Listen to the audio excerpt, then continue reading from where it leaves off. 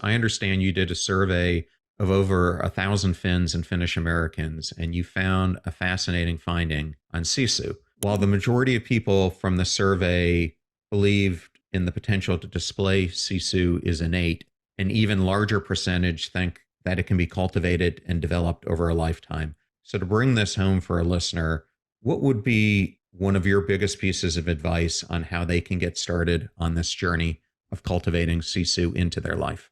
The most important piece that it all starts with is to recognize that there is this innate inherent strength within you.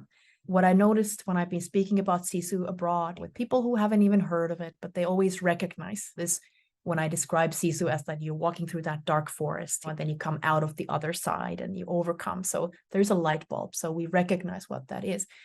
What I've also noticed is that the people who are the strongest amongst us, sometimes they don't recognize that they have SISU.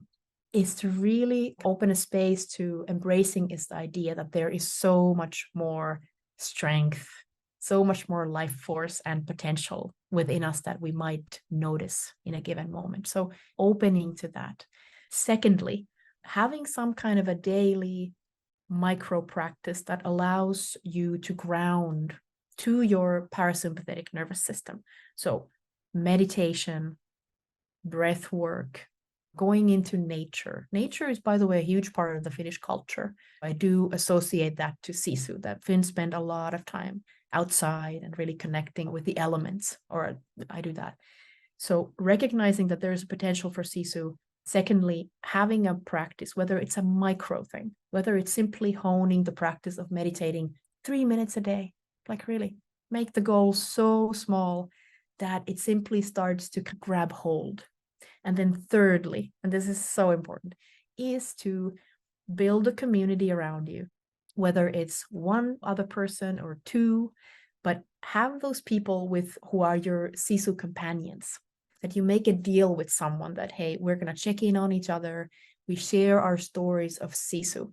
There is immense power that not only lives in, or how I would say it in my PhD, is that SISU doesn't only live in you, it doesn't only live in me, but SISU also exists and is co-created through this space in between us. So that is a big untapped potential that honestly, it's also a lot of fun. We are created to be in communion and companionship with each other. And it's really going back to basics, taking care of ourselves, having a joint space with other humans, and taking small steps at a time.